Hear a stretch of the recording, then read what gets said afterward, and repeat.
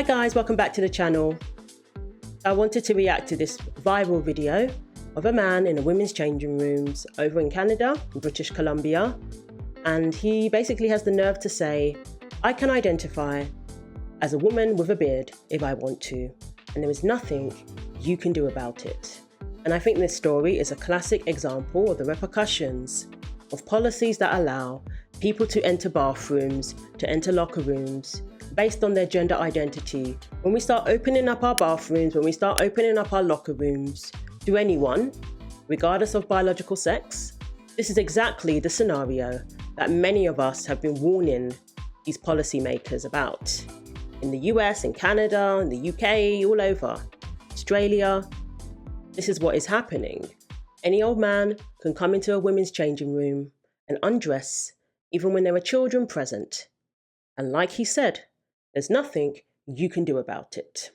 So a mother and daughter confronted a man who was in their changing rooms undressing while children were present. They confronted him and sadly ended up in an altercation, and both of them were attacked. I can identify as a lady with a beard. There's nothing you can do about that. Have a very good day. Let's go. Enjoy yourself with your crap and your tape. Don't let them get you upset, Nate. Oh, I'm not upset. I could identify This guy as a was in lady. a women's change room. Hey, don't hurt me. I'm pregnant. Stop!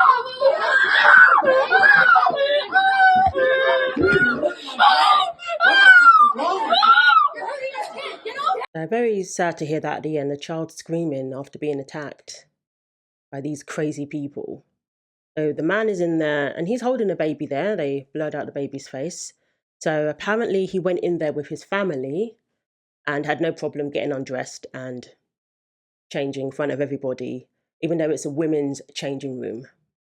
A viral video showing a shocking encounter at the Characan Aquatic Centre located on Vancouver Island has sparked outrage and concern amongst residents who were calling for more safety in sex-based spaces. The footage, which was first posted March 24 on Facebook by Sage Point, who claims to be an auntie of a little girl who was allegedly assaulted after her mother confronted a man who had been inside the women's change room at the centre. There's a man reportedly named Natus Butler defend his actions by threatening to be a transgender woman.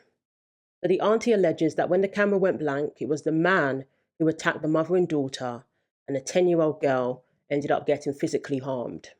And this comes after Vancouver Island mother, Denia Wright, was vilified for speaking out about a man wearing a wig whom she allegedly caught peeping under the stool of her 8-year-old daughter at the Nanaimo Aquatic Centre in 2023. So there's been multiple incidents of men being where they shouldn't be. Maybe they claim to be trans, maybe they don't.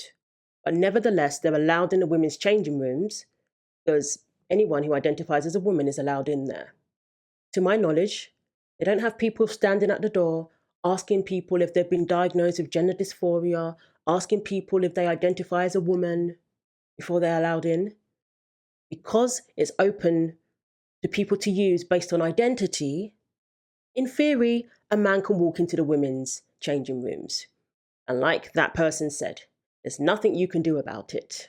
As far as I'm concerned, safe spaces that are based on biological sex no longer exist. It's all based on identity. So there's no designated spaces for anybody anymore based on your sex. It doesn't exist because these policies have ruined that. And we're going to see more and more cases like this, and it's going to get worse. This time, it's ended up in a mother and daughter being assaulted. It has ended up in children witnessing a man undressing in their changing rooms.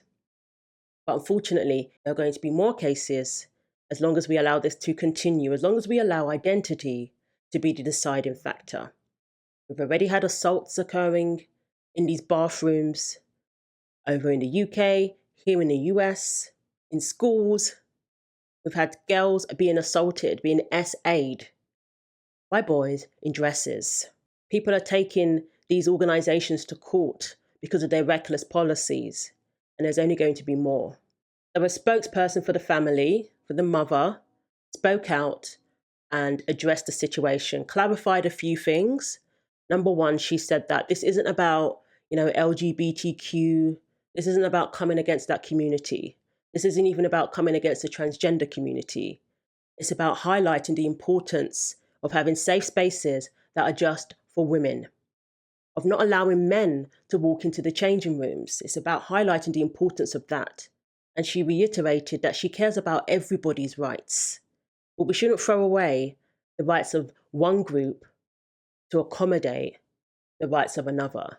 I actually call it to give people special treatment.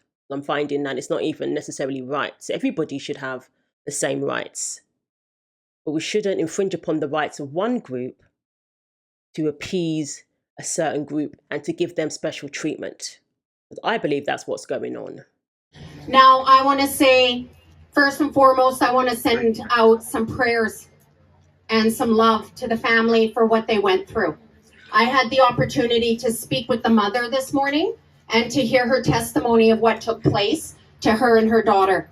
And they are dealing right now with a lot of trauma and healing. And first and foremost, their privacy and their identities will be protected, because we know that they've already received not only misrepresentation in the media, however, they've also had misrepresentation in our community. Now, one thing I can say, and that I have been given permission to say, is that this was not a trans issue. This had nothing to do with the LGBTQ+2 community. As a matter of fact, we have many of our LGBTQ+2 community right here with us today, standing with us for this. This is about inclusivity, and the mother said to me, and I quote, "We believe in gender fluidity. This is not what it was about." There were accusations of this being a racial issue by this family who is First Nations and Cowichan. And that is not the truth as to what happened.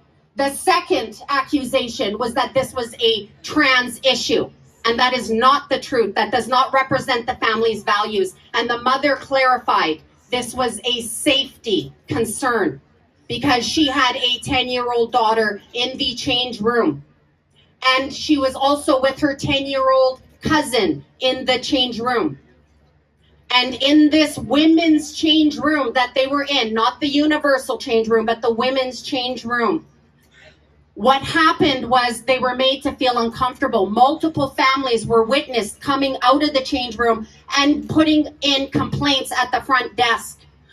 She said that there's members of the LGBT community here as well. And there are members of the LGBTQ community who are not on board with what happened here. But the reality is, this is the result of gender ideology. And this is what has led to random men coming into the changing room. Now, I don't believe that guy was trans because he threatened to pretend to be trans in order to be in the bathroom or to justify being in the changing rooms. So I don't believe that guy was trans. So in that sense, you can say it's not a trans issue because this wasn't a transgender person. So she's saying that the family are not blaming the transgender community, and that's fine. But the fact is, this all stems from gender ideology. It's a cult. And this is why people can look you in the face and say trans women are women. Therefore, you should be okay with males being in the locker room with women. And we know that what is classed as trans is open to interpretation these days. The guy in Planet Fitness claimed to be transitioning. He claimed to be trans. He looks like a straight up dude. Doesn't look like he's, trying to blend in any way. And this guy likewise said I could do the same. So it's the policies that they are creating to accommodate people who have different identities, people who claim to be gender fluid, as she says there. If you believe in gender fluidity, then you're going to have to expect that because of accommodating these principles, there are going to be men in women's locker rooms. Now, I do not believe in gender fluidity. I believe you're either male or female, and that can never be changed. Women's sports, women's spaces, the lines are being blurred now because of this idea that a man can identify as a woman, and therefore he is a woman. When the two children finally came out because they were uncomfortable to change in the women's change room because they were in clear view of the man, they came out and expressed their discomfort, in which the family then exited. It was 2 women, children, and a man from the women's change room. The family then confronted them in a respectful way. Now, the mother clarified to me that she is not argumentative and she is not a fighter. But she said to them, "You made my daughters uncomfortable. Why is there a man in the women's change room?" And they first said, "Well, we know there's a universal change room. We just didn't know where it was." And then they clarified and corrected themselves and said, "He just followed us in here because we were in here." Because let's just be real, people have the impression now that you can use whatever bathroom you want to. It's becoming a thing of the past where it's just women's and men's. If you've got a baby or whatever and you're getting changed in the family changing rooms, that's different. But you're going into the women's changing rooms and undressing in front of people's children as if it's just your family who are there, that is absolutely wrong. Because that is a women's changing room and a man doesn't belong there. Those women have an expectation that they're going to be able to dress freely or undress freely among other women. They have an expectation that they don't have to worry about men being in there, especially when there's a universal changing area that you could go to with your family. And based on what we heard there, the mother and daughter were not aggressive. They weren't rude. She spoke respectfully and calmly. And then out of nowhere, there was violence. So when they went to the front desk to complain, the staff at the front desk clarified that a complaint had already been put in by other families saying that there was a naked man in the women's change room. So when the 2 women were confronted about this respectfully, they then said, "Just leave us alone." They were having a difficult day. They were in the middle of their own conflict or argument that was between them and not any information privy to the family or involving the family. And so what unfolded was then an attack on the mother when she asked why he was using this room when he came out, and asked him to either leave or go to the universal change room because the girls were uncomfortable. This is when he claimed in the video that you all saw in video footage that he could identify as a woman with a beard. Now, I want to bring our attention to why this is an issue. Because this is not an issue of inclusivity, and this is not an issue of representing everyone's rights. Because I am somebody who stands for everyone's rights. Our LGBTQ+2 community and our trans community have rights. But that does not impede upon the rights of our girls and our women. And in no way can that erode our sense of safety, security, privacy, nor dignity. And that is what this is about today. Because this has happened numerous times. We already have a case like this on Vancouver Island in Nanaimo at the swimming pool, where a man peeked under the stall of a young girl. And when that mother escorted him out, she was the one who was villainized in the community, in the media, and by our representatives. See, that's the issue.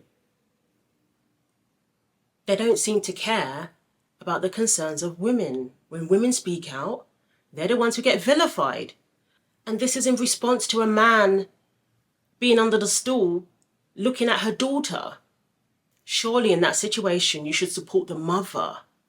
But you're siding with the perv. Doesn't make any sense. They're siding with the man who's going into the women's area who shouldn't be there. And this all comes from people who believe they are, trans right activists. They believe that a man who identifies as a woman has the right to be in the women's bathroom, to be in the women's locker room, showering and everything. That's what trans right activists believe.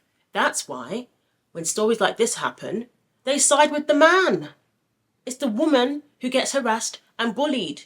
They're not even stopping to think, is this person really trans? Or is this person a pervert? They're not even stopping to think about that.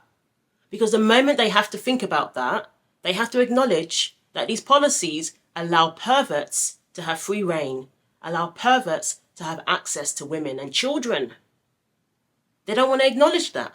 Once again, not living in reality. Why not just be secure in who you are? If I use the universal bathroom, I do not feel any less of a woman. So what does it matter? Why not just use the universal bathroom? If you have respect for women and you don't want to make women feel uncomfortable, why not use the universal bathroom? And I've heard trans people actually say that they don't want to make women feel uncomfortable. They don't believe they have the right to do that. And I appreciated that. So if you're okay with making women feel uncomfortable, if you're okay with making children feel uncomfortable and scared because they know that you are male, if you're okay with that, then there's no helping you. We need to be able to stand for the rights of our girls and us women because we have fought through history for these rights. So they won't even acknowledge when there are perverts who are involved, who are taking advantage of these policies. It goes against their narrative, and they're willing to vilify and harass the mother instead. They're willing to throw the woman under the bus because she's shining a light on the huge flaw, on the huge loophole that these policies create. These women are shining a light on how unsafe these policies are.